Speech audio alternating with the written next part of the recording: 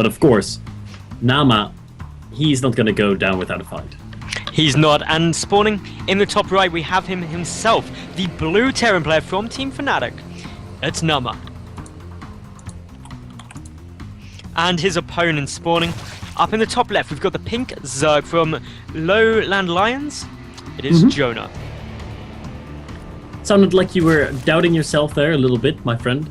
Yes, I did. As I got through, I was like, I'm sure it's Lowland Lions. And then, you know, when you get that moment of, I've already committed to saying this, and I've got this brief panic that I'm wrong, and I could just see it. I could see the flame. I could see the Reddit hate threads coming up, and it's a tough life. It is.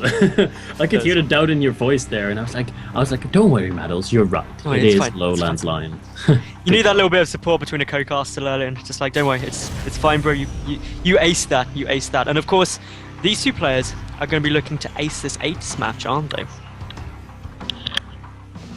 they?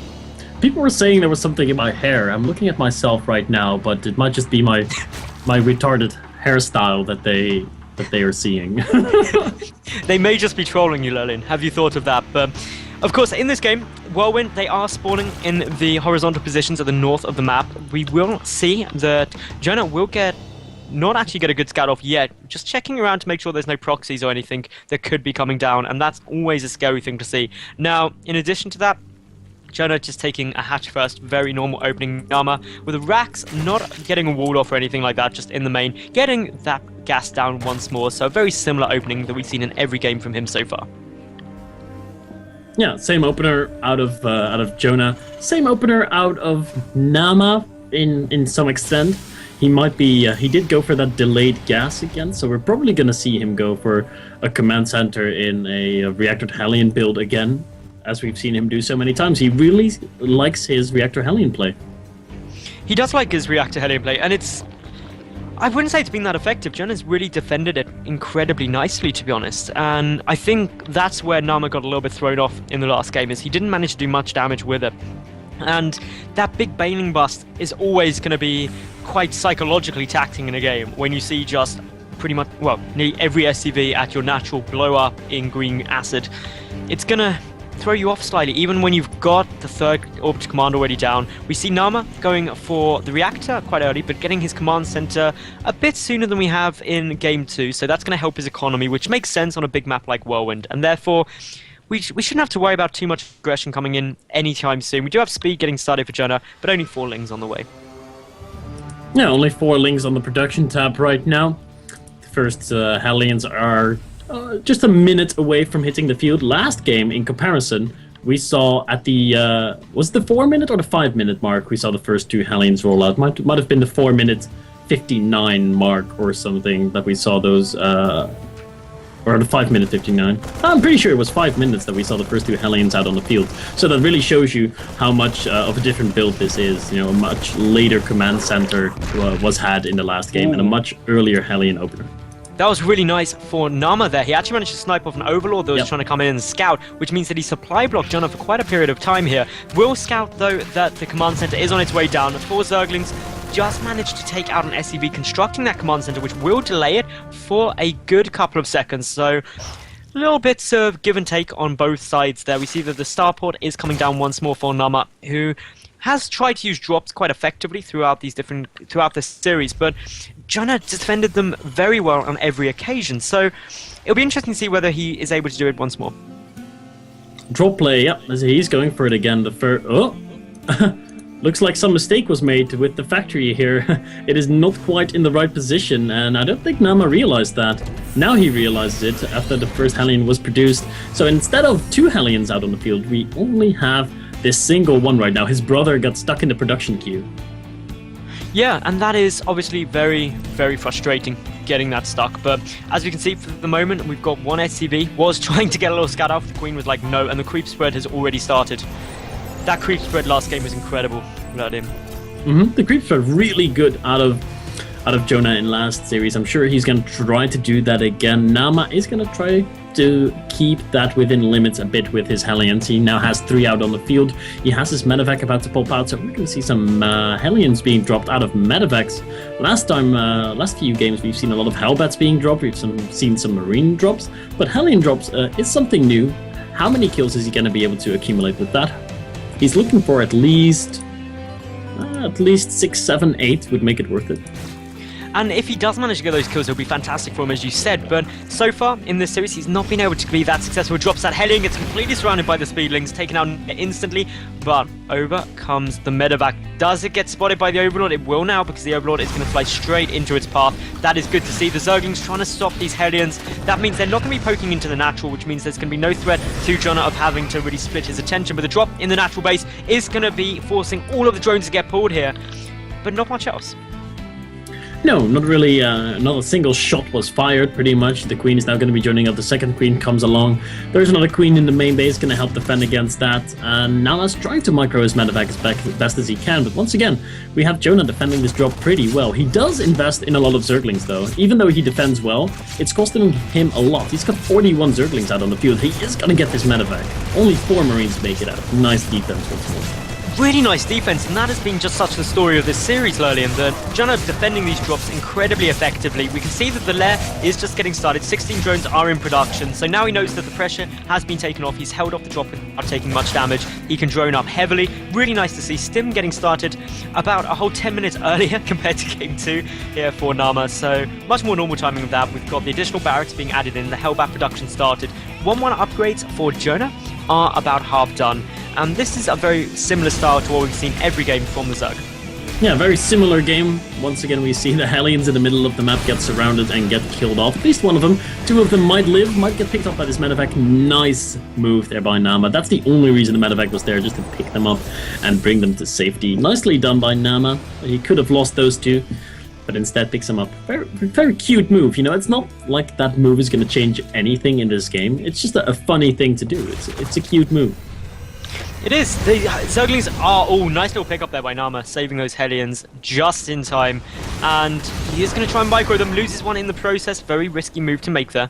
And, well, as the game stands for the time being, these two just sitting back, trying to macro up quite nice. We've got the Baneling Nest coming down for Jona, of course. The Banelings in the first game was just so critical. They won that, the second game rather, the Banelings won the game at the end there, so... They literally did. Like, they ran into the army and GG. There was no army. It was literally that quick. So, as you can see, the Hellbat drops coming down once more. We do have a Spine Crawler here, though, which really shuts it down. I am just so ridiculously impressed with Jona's drop defense this entire series, and I know I'm going on about it and saying it more than I say ultimately, but ultimately it's just fantastic, Lurlian. It's really good. He's defending them so well. I believe I saw someone in chat just update us with the ultimately counter, and I believe it's at 12 now. Brilliant. That's not too bad, considering I've been going for like 5 hours. Could have been worse. Could have been worse. Yeah, that's like 2.5 ultimately per hour. That's actually not bad at all. That's pretty good. That's probably quite normal vocabulary, I'd say, Lurlian. Now, we are seeing a nice little bit of drop micro coming on with these Hellbats here. Really nice play there by Naama. Good work. Meanwhile, we've got another drop trying to make its way in towards the natural base, but is getting rejected quite heavily by that Queen. Just like, no, you are not coming in here. I've had enough of this drop play. It is not occurring anymore. The 2-2 upgrades just getting started at the moment for the Zerg player. Currently, only the +1 vehicle upgrade done for Naama. That obviously puts the Zerg ahead. 24 Banelings are morphing, Lurlian. This is where things get exciting. This is where we could see a repeat of last game, and last game was pretty funny. But I don't think I've seen a third base out of Naama just now. I'm just checking. No, there's no third base produced yet. So this might be a very heavy 2-base attack here, as the medevac's trying to do more damage with the Hellbats, but Jona continuing his pretty good drop defense. Only 6 workers have been killed by Naama. Jona needs to start worrying about that attack. He really does. He's only at 110 supply, whereas Naama is at 143 and he's moving out. Naama might be winning this game the same way he did in Game 1. Where he was distracting with his drops and then basically just had too much stuff for Jona to deal with. And that's always a good way to go, but there are a lot of Banelings out on the field, 24 in total. If Jona can get a good engagement. Maybe it will all work. We see the Spine Caller just chipping away. We've got 32 more Zerglings on the way. More Banelings rolling forward. The Zerglings from behind. Good connections there. We see a big group of Marines do go down. The rest desperately trying to run away. Splitting is starting to occur, but just not quickly enough. And Jona really held off the majority of those Marines quite well, but there's still a good follow-up army. More Banelings though rolling through, and that is complete clean-out. Jona is possibly the greatest Baneling player we have seen in a long time. He's definitely one that uses them a lot and with great success. He is able to surround the units here and forcing the lift up, but more units are continuously streaming across the map. Naama has got 1200 gas in the bank, but no real way of spending it. 2-2 is about to finish off for Jona. That's going to help him in his defense quite a bit. Detonates on the Hellbats there. Not the best use of those Banelings, but they are now gone. 2-2 is about to finish. The Spire is about to finish. Jona has nothing but Zerglings and Banelings in production. With 2-2, he might be able to stabilize on 3 bases, but he is down 30 supply. Yeah, he's down 30 supply. The worker count, though, is actually in Naama's favor, so that's one thing that is beneficial for him if this game does continue for much longer. The drops are still trying to go down. The medevac, there's basically 1 medevac per Marine as well, so a little bit of mind games here. Unfortunately, as per usual, Jona's doing a nice job of defending this, but Naama, he is just streaming units across. These Banelings are not trading effectively, and that is a bit of a problem for the Zerg player at the moment, who is slowly whittling down in supply. The drop coming out in the main is getting cleaned out very quickly, but Mutalisks are just hitting the field. That'll help spell the end to this medevac, which does get taken out with all the units in it as well. That's frustrating, but I don't see how Jona is going to be able to counterattack at the moment. The supplies are pretty equal. He doesn't have to. Why would he? He doesn't need to counterattack at all. Naama's on 2 bases. He has no third underway. The longer this game lasts, the better Jona's position is going to be. He took out another medevac. He is having Naama on the run, and now Naama realizes, okay, my 2-base attack is not going to work. I have to take a third, but this is a pretty ridiculously late third, and Jona has stabilized. He's defended against the push of Naama.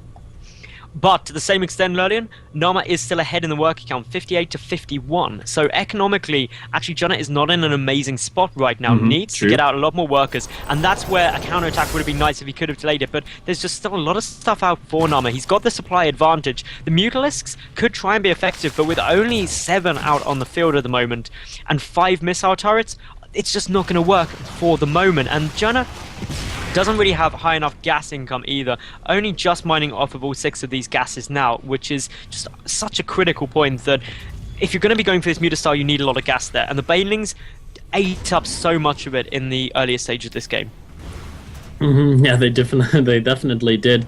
But what you're pointing out a second ago, Meadows, that Jona is still not in a pretty good position. I agree with that.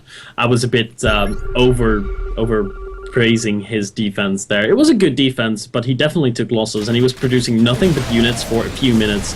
So you're right, his drone count has suffered significantly, and he is in still a very difficult position, but holding that off in general was a good start of a comeback by Jona. He has a 4th now, but needs I feel like he needs more bases to the bottom left as well. Get a 5th base, maybe go up towards Hive, and go towards 3-3. I mean, his 2-2 upgrades are great now, but in a few minutes, Naama will be catching up to his 2-2 upgrades. And if Jona doesn't have the upgrade advantage, it's going to be a lot more difficult fight for him. It will be much harder for him, and as we can see, Naama has already got 2-1, over half done, so that's really catching up quite quickly. The Muta count is slowly trickling up, but only 15 going to be out after the next wave. That is not the critical mass you really need to be highly successful, especially with the missile turrets down. The creep spread is getting forced back once more, using that missile turret for detection. Really smart move there by the Terran player. That left base, though, the 4th for Jona, really going to help. The drone count, though, is only up at 70, so not astronomically high compared to what some Zergs do, and now the Zerglings and Banelings are starting to roll forward. The Mutalisks trying to focus down on some of those medevacs. There is no tanks on the field and only 2 Widow Mines, so that means that a lot of Zerglings and Banelings can be highly potent. Yeah, no AoE damage at all. That is very important. We might see Naama get surrounded and lose to Banelings right off the bat because he doesn't have the AoE damage. The 2 Widow Mines that he has, I'm trying to click them to jump to their location, but apparently it doesn't want to do that. Oh, there they are. They're with the main army, actually. Yeah, they're just chilling down there. There are more Widow Mines coming out, as well as those 2 Siege Tanks. The Infestation Pit just finished for Jona now, and he needs to get that Hive out relatively quickly. We're already at the 20-minute mark, and he needs to start taking up into Tier 3. But there we go, the Banelings do get a good connection there. But while he took out a good chunk of Naama's army, there is still a lot more behind this. The Mutalisks trying to engage effectively and are doing quite a nice amount of damage. If they can pick off some of those medevacs, it would be very helpful, but with the tanks hitting the field now, with a good siege opposition, those big Zergling Baneling runs in will not be as effective as they have been up until this point. That was such a weird engagement. Jona pretty much just moved in there, and the siege tanks were a little bit late to the party, but they are out on the field right now. Very, very important. Finally, some splash damage for Naama. That's exactly what he needed to support this army. Widowmine siege tanks are going to be dealing super effectively with this army. And Jona, he needs to start thinking about a follow-up, and luckily he is. He is getting pathogen glands, he is getting a hive, so he's starting to go for that super late game composition, which is... Oh, he flies over a few Widowmines. Ooh, that could have been way worse. It could have been very lucky to get away with that. Those two Widowmines sitting there, just ready to catch out small movements like that. Pathogen Glands is on its way out for Jona at the moment. We've got the Hive coming down. The Zerglings streaming in. More Banelings are there, but the tank fight is really going to help hold this off. And if we take a look at the upgrades, it is now 2 vehicle weapons up against the 2-2 upgrades, which means that the tanks will one-shot those Zerglings and Banelings. Yeah, one-shotting those things, those Zerglings is of course going to be very important. The Mutas are coming in here, but they're bunching up against the Thor. That's a bad thing to do. One Muta dies off, and a lot of them get injured, but this is not as bad as it used to be in Wings of Liberty. Those Mutas are going to be healing back to full in just a minute. Naama's now secured him a 4th base, and man, this game is really getting out of control. 5 bases versus 4. Jona could theoretically take the entire bottom left side of the map and kind of split the map in half, get his creep spread even more extended. That would be so much fun to watch, like 5-6 bases versus 5-6 bases. I'm hoping this game is going to go on a little bit longer and we might see Naama go into that Starport late gameplay. That's always fun to see, but for the moment the Zergling Baneling play is going to try and be effective, but as we can see, very shortly, actually, Naama is going to take the upgrade advantage with 3-2 upgrades for his infantry nearly done, whereas the Hive is only just finished for the Zerg player. That means Tier 3 is so late, going to be coming down onto the field at the near 24-minute mark. There's no Spire, no Ultra Cavern started yet, and no 3-3 or Adrenal Glands, and this is just allowing Naama to get more and more of a foothold. He's only 9 workers behind as well, but has mules. So economically, Naama's in a good spot, Techie's in a good spot. There's 3-3 starting finally for the Zerg player, but it's quite a long way behind. Yeah, he is pretty far down right now. How is this going to play out, man? It's so difficult to tell. These Infestors, wow, they're pretty ballsy. Oh, just barely outside scan range. Here come the Infested Terrans, which would have been a good move to then move in. And there he comes. He's a little bit late. He's trying to draw Siege Tank fire with the Infested Terrans. Zerglings and Banelings coming from every possible angle, but still the Siege Tank doing some decent damage. Are they going to get a clutch shot on those Banelings? Ooh, nice shot there from the Siege Tank right before it dies off. The supplies dead even, or about even, 152 to 157 right now. A lot of Thors are still alive. The Mutas are bunching up while they are facing the Thors. So a few Mutas were taken out there. Naama is going to hold on to that 3rd base, has his 4th base mining in the bottom right. It is still anyone's game to take. It is. I'd say that only Naama is slightly ahead just due to those upgrades really giving him a nice advantage. He's also not too far behind economically, but having said that, Jona finally starting that Ultralisk Cavern. Adrenal Glands is also on its way down, but these holds are just being really nice for Naama. He's got to start getting more aggressive though, because otherwise he's just allowing Jona to take everywhere. And Jona is banking up just around the 2,000 marine minerals and gas mark, which means there's a nice bank there. Can tech up to pretty much everything. Going to be able to get a good number of ultras out, but forward come. Well, oh, big Baneling hit on those Mutalisks there. That big Widowmine hit, and that did a huge amount of damage there. It did. All those the Mutas are basically out of the game right now. They are not needed anymore. Jona was just trying to kill whatever he could with him. He might be able to intercept that dropship. Nah, he's barely gonna miss that. The Mutas, that would have been a nice last thing for the Mutas to do in this game, like intercept a dropship and kill it off, but not quite gonna be able to do that. 3-3 is now nearing completion for our Zerg player Jona, whereas 3-3 is already done. 3-2 actually, I should say, is done for Naama. He did not get the last armor upgrade. No, he didn't, and we've got those Zerglings and Banelings tempted to move forward, but they ideally need to wait for the 3-3 upgrades to be done. But Naama slowly moving on in. Good fungal growth there, grabs a good number of Marines there, and well, the Zerglings, the Banelings, the Ultras are starting to move forward. Can we get some good connections here for Jona? He's moving in, he's trying to get a good shot on these Thors, but the Thors eating a lot of the Baneling fire, the tanks at the back.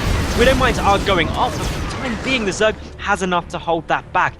Naama now down in supply, but it has loaded up a big drop heading towards this 3rd. Ultras popping out just in time to do some damage. Drops are going down at multiple locations. This is the 5th base that is taking some fire here by Jona. Has a few Spine Crawlers here, and a few Zerglings might be able to deal with that. There's more drops flying into the main base right now. No units in position to defend yet. It's going to take a while for them to get there. But new, actually, that are the old Mutalisks that have regenerated all their health. They're going to be able to defend the main base. That's only 5 Marines. They should be alright.